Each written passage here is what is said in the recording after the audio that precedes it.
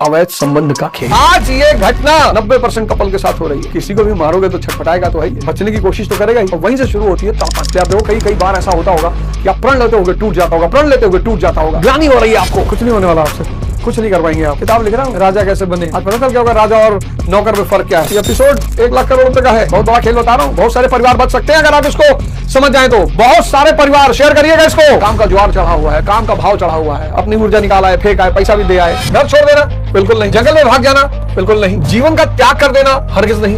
तो तपस्या है क्या? परमात्मा झूठी क्यों बोलेगा? परमात्मा हत्या क्यों करेगा? परमात्मा किसी का हक क्यों मारेगा? परमात्मा बलात्कार क्यों करेगा? और सब कुछ उल्टा पुल्टा हो गया है। मैंने कहा ना कि कभी कभी हमें कुछ चीजें मिलती हैं हम शायद जान नहीं पाते। पिछले एपिसोड में मैंने आपसे कहा था कि स्कूल हमें 4 चीजें देता है। 4।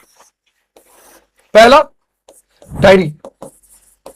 साहब ये इतनी इंपॉर्टेंट चीज है ना कि आपके पूरे दिन को शेड्यूल रखती है, पूरे महीने को, पूरे हफ्ते को, पूरे साल को। और जिसके पास शेड्यूलिंग नहीं है वो नौकर है। इसका मतलब वो दूसरे के शेड्यूल पर काम कर रहा है। यही स्कूल आपको डिसिप्लिन देता है, और जिसके पास डिसिप्लिन नहीं है वो नौकर है। स्कूल आपको होमवर्क करना सिखाता है। दुनिया के जितने भी कंपटीशन है बिना होमवर्क के निकल ही नहीं सकते, और जो होमवर्क नहीं करता है वो नौकर है। संस्कार, जिसको जबरदस्ती संस्कार सिखाए जाते हैं वो नौकर है। 4 चीजें हमें स्कूल देता है, 4। और 98% लोग स्कूल छोड़ते ही इन 4 चीजों को भी छोड़ देते हैं, और यहीं से जिंदगी अस्त व्यस्त होनी शुरू होती है। हमें पता ही नहीं चलता कि आखिर यह जिंदगी अस्त व्यस्त क्यों हो गई।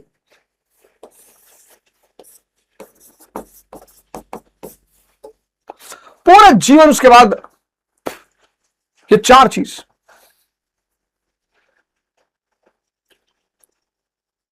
तो जिसका शेड्यूल नहीं है दिन का, कोई आएगा मूवी देखने चलोगे, चलो। फिर कोई उठा लेगा कि लखनऊ चलो यार जरा घूम के आते हैं, चलो। आपका अपना कोई शेड्यूल है ही नहीं। तो हमारे अवधि क्षेत्र के शब्दों में आप बहलना है, कुछ नहीं होने वाला आपसे, कुछ नहीं कर पाएंगे आप। डिसिप्लिन दुनिया की सबसे कीमती चीज है, और जितने लोग मन पे जीते हैं वो डिसिप्लिन पाने के लिए परेशान रहते हैं। नौकर कौन? जिसको जबरदस्ती डिसिप्लिन की 8 बजे ऑफिस आ जाना, तो निकाल देंगे बेटा। डायरी, डिसिप्लिन, होमवर्क, संस्कार, ये जिसके पास स्वतः है वो आ जाए। और डायरी, डिसिप्लिन, होमवर्क, संस्कार जिसमें जबरदस्ती लाया जाता है वो प्रजा है। किताब लिख रहा हूं राजा कैसे बने। आज पता चल क्या होगा राजा और नौकर में फर्क क्या है। और ये 4 चीजें हमें कहां मिलती? स्कूल में। और इन 4 चीजों को उठा के फेंक देते हैं। एक चीज ऐसी है जो शायद आपको स्कूल ना दे पाए, ना उसके बारे में बता पाए। मैं बता देता हूं, पिछली बार भी मैंने इसके बारे में चर्चा की। जब आप साधना शुरू करोगे, यज्ञ शुरू करोगे, कर्म शुरू करोगे, तो ये पैदा होना शुरू हो जाएगा। बस इसी को पैदा कर लीजिए जीवन में। समाज किसका गुलाम है? शक्ति का। परिवार किसके साथ है? शक्ति के। प्रेम की पहली प्राथमिकता क्या है? शक्ति। आनंद का आधार क्या है? शक्ति। समाज किसके पीछे है? शक्ति के पीछे। परिवार किसकी तलाश में? शक्ति। प्रेम का आधार शक्ति, आनंद का आधार शक्ति। जब ये सब कुछ शक्ति पर डिपेंड है, अब सवाल ये उठा कि ये शक्ति मिलेगी कैसे? तपस्या से। अब सवाल ये उठा कि ये शक्ति मिलेगी कैसे? तपस्या से। तो तपस्या क्या है? घर छोड़ देना? नहीं, बिल्कुल नहीं। जंगल में भाग जाना? बिल्कुल नहीं। जीवन का त्याग कर देना? हरगिज नहीं। तो तपस्या है क्या? ये तप शब्द को पकड़ो, तप। अनुशासन लाना तप है, संयम लाना तप है, साधना करना तप है, योग करना तप है। क्योंकि इन 4 को जब आप शुरू करोगे बहुत कष्ट होगा। रात में सोना है 10 बजे।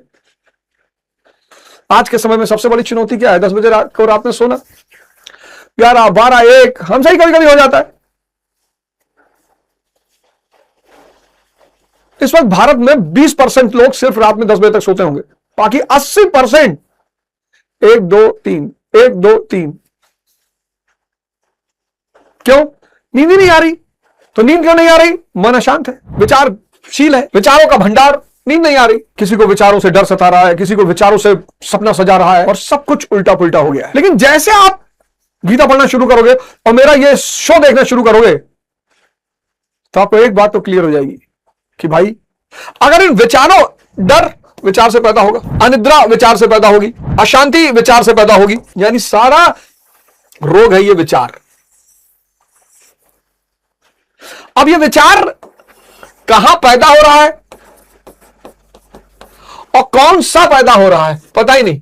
पता लगा मंदिर में बैठे हो, काम वासना सता रही है, और बियर बार में बैठे हो, ध्यान करने का मन कर रहा है। यही तो मन की खूबी है। अब सारा केंद्र हो गया ये विचार। अब यही बात जब पूंजीवादी को पता चला कि विचार रुकने से व्यक्ति को सुख मिलता है, मजा आता है, तो उसने कहा यार कुछ ऐसे ऐसे साधन निकालो कि विचारों को रोका जा सके। तो उसने बहुत पहले, प्राचीन काल से नशा को पैदा किया। क्योंकि जैसे व्यक्ति 20 साल का होता है उसके जीवन में महाभारत शुरू हो जाती है, चुनौतियां शुरू हो जाती हैं। हर व्यक्ति को चुनौती से निपटने का रास्ता नहीं पता होता, हर व्यक्ति के पास कृष्ण जैसा गुरु नहीं होता। तो बहुसंख्यक लोग किसके शरण में चले आते हैं? नशे के शरण में चले आते हैं। नशा आधुनिक समय में, प्रेजेंट समय में इसके कई रास्ते निकाले गए। PVR, beer bar, mall, water park, Disneyland, और इन सब का उद्देश्य है कि आपको क्षणिक सुख देकर आपसे पैसा कमाया जाए। अब कितनी देर बियर बार में बैठे रहोगे? कितनी देर झूला झूलोगे? कितनी देर मॉल में घूमते रहोगे? कितनी देर वाटर पार्क में रहोगे? कितनी देर मूवी देखोगे? कितना नशा करोगे? फंस गया आदमी। एपिसोड 1 लाख करोड़ रुपए का है, समझना। अब सारी जड़ समस्या की यह है विचार, अनियंत्रित, अनियंत्रित, निरंतर गतिमान। भाई जब तुम पहली बार आंख बंद करके बैठते हो तो क्यों नहीं बैठ पाते हो? क्योंकि ये बकबका रहा है। पहली बार जब तुम ध्यान करने बैठते हो तो सबसे पहली चुनौती यही होती है कि तुमको बैठने नहीं देता। ये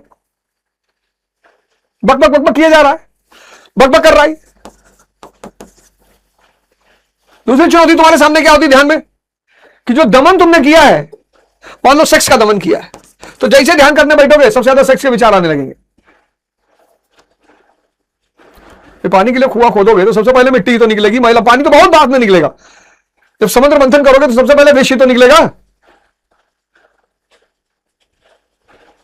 तो जब तुम ध्यान करना शुरू करते हो तो पहला चरण, दूसरा चरण, तीसरा चरण, उलझना, कोई ना कोई मुद्दा लाके सामने खड़ा कर देगा। मम्मी बीमार चल रही है, बड़ी वाली कानपुर वाली बुआ मकान में हिस्सा मांग रही है, इसका मन छटवाना शुरू कर देता है। आपने ध्यान मतलब आपने मन की हत्या का प्रयास शुरू कर दिया है। अब मन तड़पना शुरू कर देता है कि अरे बाप ये तो गलत रास्ते पे आ गया यार। ध्यान मतलब मन की हत्या का प्रयास। और किसी को भी मारोगे तो छटपटाएगा तो है ही, बचने की कोशिश तो करेगा ही, और वहीं से शुरू होती है तड़पन।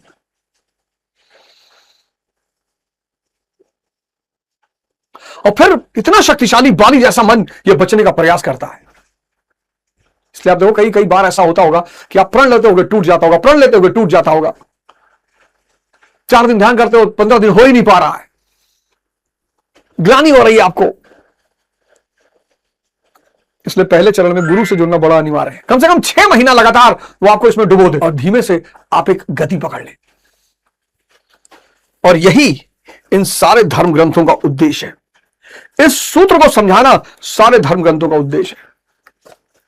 तो गीता कह रही है कर्म करना है, ज्ञान प्राप्त करना है, यज्ञ के रास्ते पे चलना है और तत्वदर्शी पुरुष के साथ रहना। ये पिछली बार 4 शब्द मैंने आपको डिस्कस किए। ज्ञान जैसे प्राप्त होगा आप परमात्मा की स्थिति में आ जाएंगे, मोह खत्म हो जाएगा, आप परमात्मा ही हो जाएंगे। 36वें श्लोक में अपि चेदसि पापेभ्यः सर्वेभ्यः पाप कृतम सर्व ज्ञान प्लेवेनायो वृजनम संत ऋषिशस्। यदि तू सब पापियों से भी अधिक पाप करने वाला है तब भी ज्ञान रूपी नौका द्वारा सभी पापों से निसंदेह भली प्रकार तर जाएगा। पाप एक शब्द मिल गया। और पाप क्या है?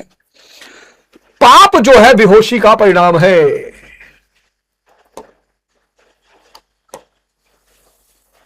कहते ना अल्लाह रहीम है, ईश्वर दयालु है। पता है क्यों वो रहीम और दयालु? पता है क्यों है? क्योंकि इंसान पाप मन के अधीन करता है और मन का लक्षण है बेहोशी।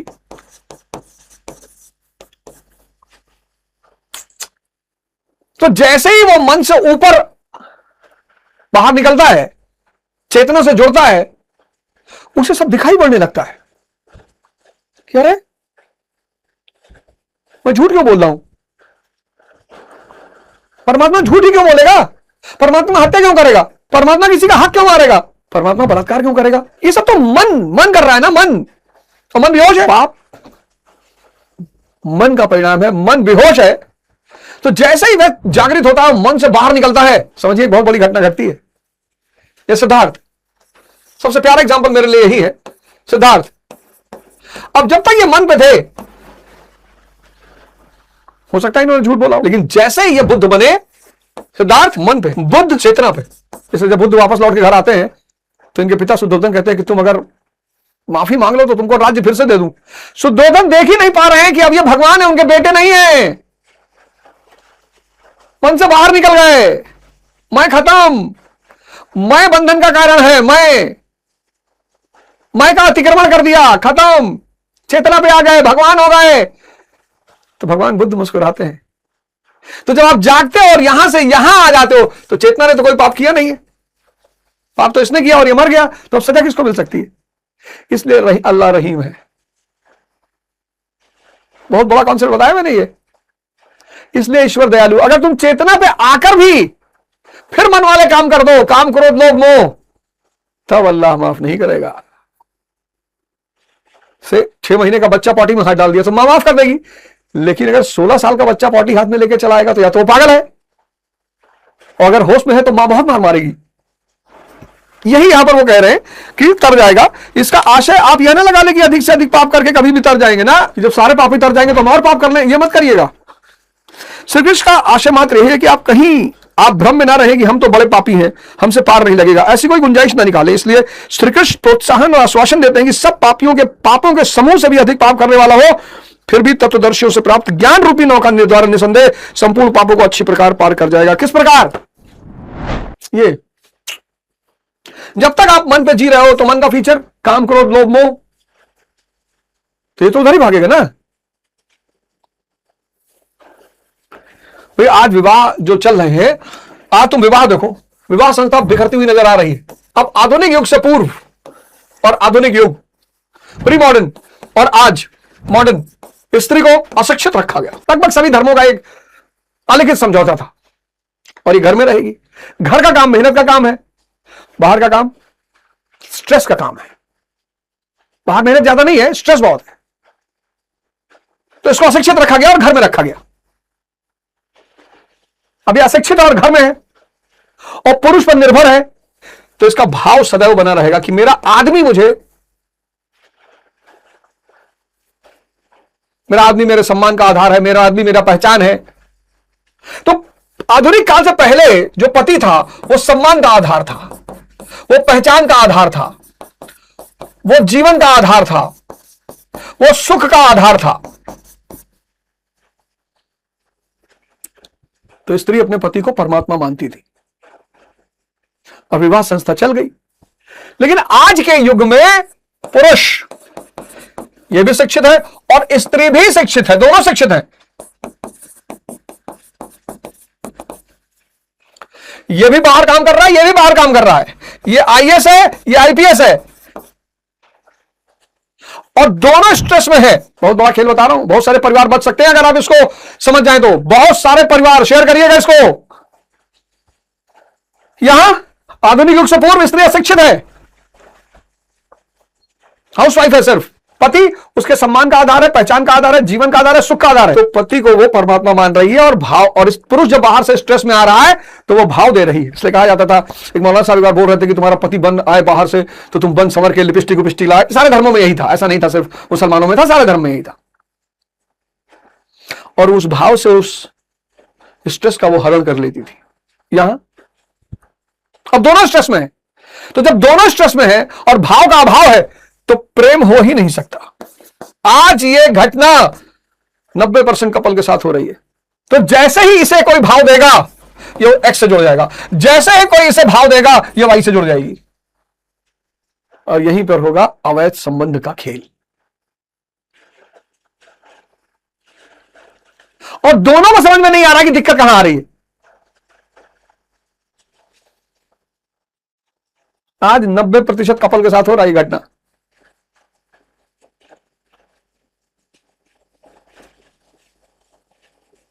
बिना प्रेम, बिना भाव के प्रेम संभव ही नहीं। नहीं तो वैश्या से लोग उसके साथ जीवन ना रह जाते। वैश्या के पास तो लोग अपना दमन निकालने जाते हैं, कोई उससे प्रेम करने थोड़ी आता, इसलिए वैश्या किसी से प्रेम नहीं करती। काम का ज्वार चढ़ा हुआ है, काम का भाव चढ़ा हुआ है, अब कोई मिल नहीं रहा है तो वैश्या के पास चले गए, अपनी ऊर्जा निकाल आए, फेंक आए, पैसा भी दे आए। वैश्यावृत्ति का मतलब क्या है? अपने काम की शक्ति को पैसा देकर स्त्री के माध्यम से बाहर फेंक देना। कोई भाव में स्त्री के पास, वैश्या के पास नहीं जाता, कोई भी भाव में वैश्या के पास नहीं जाता। इसीलिए वैश्यावृत्ति को अपराध माना गया।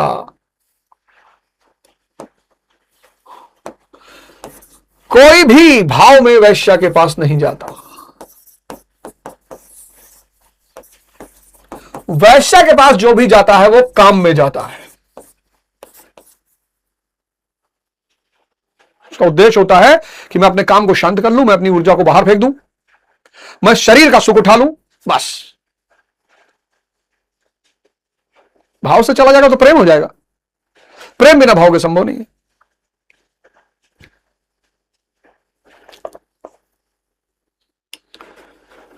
बड़ा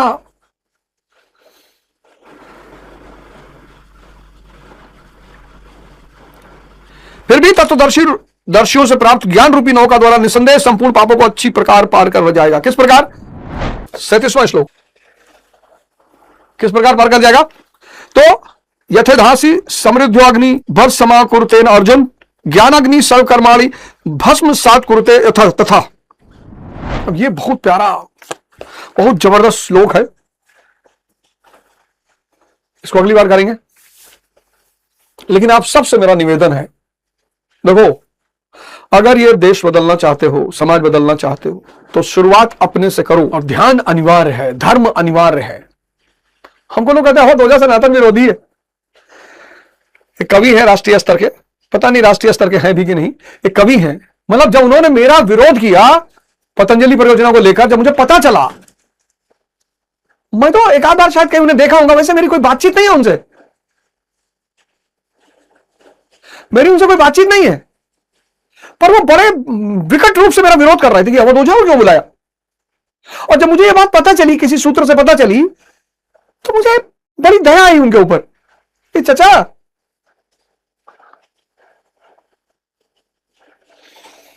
मेरा गुरु बहुत मजबूत है, शराब लग जाएगा, पड़े रहोगे बिस्तर पर 10 साल,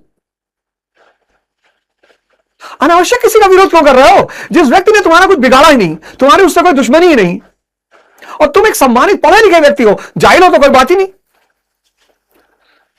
जाहिल हो तो कोई बात ही नहीं, पढ़े लिखे कवि हो।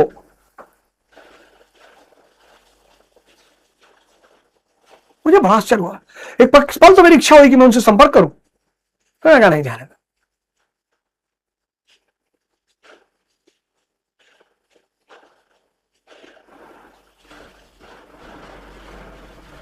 खुद का सुधार करिए, खुद का, अपने को संभालिए, अपने को बनाइए, जागृत करिए। सब कुछ आप परमात्मा है सर, आप भगवान हैं, लेकिन हनुमान जी की तरह हैं।